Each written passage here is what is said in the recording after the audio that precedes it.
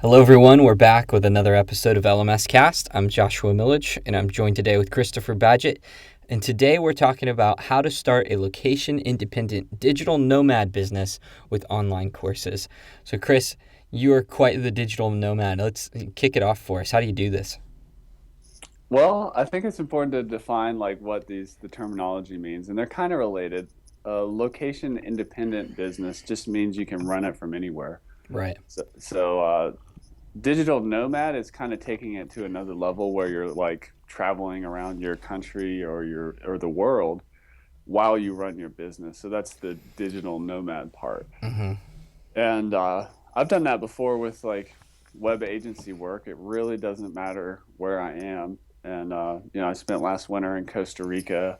I was working with you for a while when you were in Thailand last year. So that's like the location independent part and nomadic while traveling, that sort of thing. When I was in Costa Rica, I didn't stay in one place. I was in the rainforest and then I was on the beach.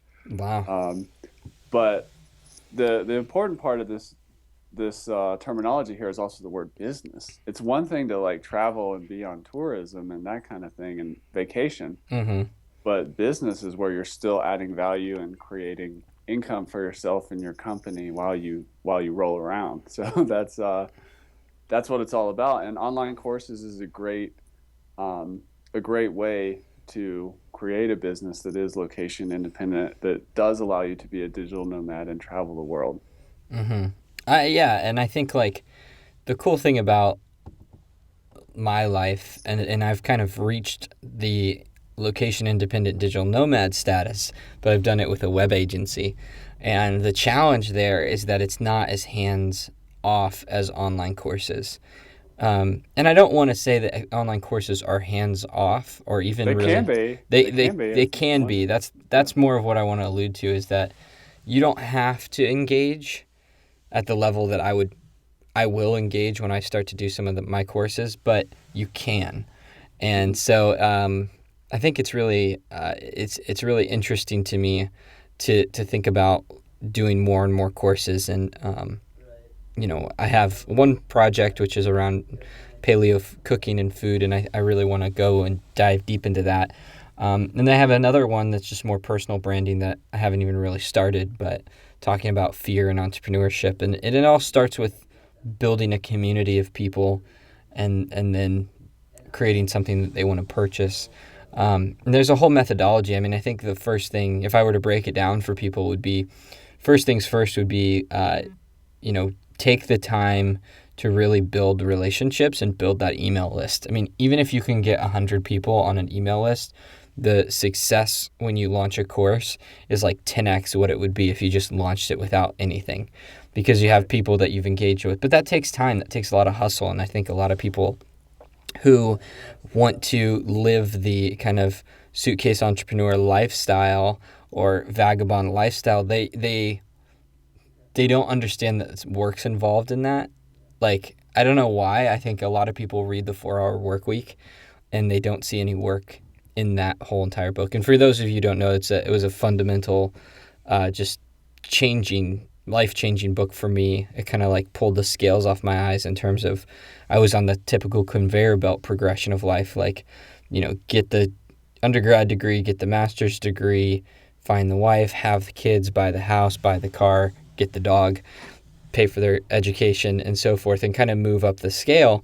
And that book said you could do things differently. And so I did dramatically. I jumped out and went to China, worked in manufacturing for a while, wound up sick, and I didn't really have much of an option and had to figure out something to live. And so on my parents' couch, I started my consulting company, and it started first things first, educating myself with online courses. Second, started building relationships, and and I think if I could do it all over, I would actually flip that. I'd start with building relationships. So once you have the relationships and you have some sort of education about how to execute a business and build certain things like a website and whatnot, and all that stuff is available for free online. You don't need to go pay anyone to do the basics. To be honest with you, the pay should come at the more advanced levels. Then you can start thinking about building a course. And I think one of the most powerful things that you can do is go through this progression that I learned and I've executed a million different ways not a million, a handful of different ways, and it's always worked. And that is pre-sell your course. A lot of people have a mental block with this. Like, how do I sell something that doesn't exist? That doesn't seem right. It doesn't make sense to me. And, it does take a lot of grit because you can walk an unethical line. Like, if you pre-sell something and you don't let everyone know that you're pre-selling, I do think you can get into some pretty shady things. But the way I do it is I say, hey, I've had a lot of requests for people who want me to build a course on X, Y, and Z subject matter, and I've been resistant to it. So I'm playing kind of the reluctant hero. I say, what I'm going to do is I'm going to offer up 4 coaching spots, and I'm going to coach 4 people for a month, and out of that, I'm going to build a course from what I learned from working with these 4 people. So what I do is and for the people who sign up to be coached, they're getting a lot of special attention for one, and you're playing on a lot of different triggers. You're playing on scarcity, only 4 people or 10 people, whatever you want to do. Only a certain amount of people are allowed in. And there's this early investor narrative, which a lot of people know, especially if you're in the United States.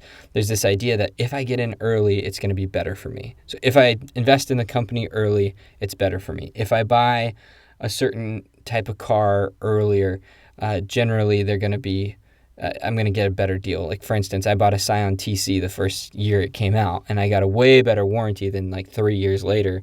The Scions were probably a little bit better cars. They worked the kinks out, but the warranty wasn't as good. So there's just this underlying things, like this idea that if I can get in early, I'll benefit. Our LifterLMS VIPs, they have not paid for anything outside of their license for LifterLMS. I mean, they've gotten everything for free. And we're rewarding them for taking action early. So you reward this group for taking action early by giving them focused attention. You give them the course that you create when it's created afterwards, and you have a kind of a laboratory to create your course. Then once you create your course, you just launch it to your list, and you're this is like the abbreviated version, but you take this progression to heart, and I'm breezing through it in 10 minutes here, but you can create a business that, average estimations of income. I mean, you could at least start out with something that's, allows you to have at least $1,000 or $2,000 extra cash per month. And that'll start you on a pretty good progression to, and then you're at a point of scaling, which really comes back to creating more relationships. So, yeah, sorry for the ramble, Chris, but that's good stuff. It's been the way that things have worked for me, and so I want to make sure I share that with people. That's awesome. Well, just to give you guys a couple of tips on how to start a location independent business and become a digital nomad with online courses, there's a couple things just to keep in mind. One is, like Josh said, an extra $1,000 or $2,000 a month can be a good goal. You don't have to flip a switch and immediately quit your job or do drastic change. Try to get some traction and get the confidence, and then you can focus on scaling, and maybe if you want to do exclusively online courses for your income. But I recommend not just quitting your job and being I'm going to go create an online course or a membership or a buddy press courseware social network. Take your time, get some proof of concept. Like Josh said, pre-selling is good. You can ease into it, basically. The other thing is to get really clear on your why. For some people, it might mean sitting on a beach somewhere with passive income landing in their bank account. For other people, it might just be being able to work from home with your kids. So it's not just because you become location independent or a digital nomad, it doesn't mean you have to travel the world and create courses while you fly around the world, although that's totally possible. But for some people, your why is really important. And maybe you just want to, be able to have the flexibility. Let's say your parents are getting old, to be able to have that location flexibility to move around and be with the people you care about. So get in touch with your why. The other is, a lot of resistance people have is what kind of course can I make? I think one of the best places to go to get ideas is actually one of the big course marketplaces like Udemy. Just go there and browse around. You'll see some major topics like introduction to entrepreneurship, but you'll also see some really niche courses about I'm just making this up, but jewelry making for turquoise or something like Yeah. super specific. So I would encourage you to actually start with something really niche specific. Yeah. And yeah, those are just some 3 tips to help you get going to start building your location independent business and get you excited about the opportunities of becoming a digital nomad with online courses. Yeah. That's great. That's great. Well, until next time, we'll talk to you then.